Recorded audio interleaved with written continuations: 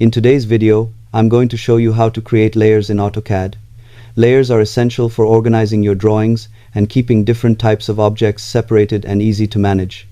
To create a layer, open the Layer Properties Manager by clicking Layer Properties on the Home tab or by typing Layer in the command line and pressing Enter.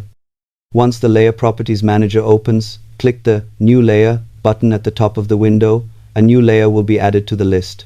Enter a name for the layer that clearly describes its purpose. You can then customize the layer by changing its color, line type, line weight, and visibility settings.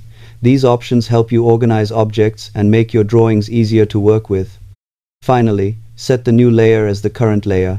Any new objects you create will automatically be placed on that layer. Using layers effectively can improve productivity and make even complex drawings easier to manage. Thanks for watching, and happy drafting in AutoCAD.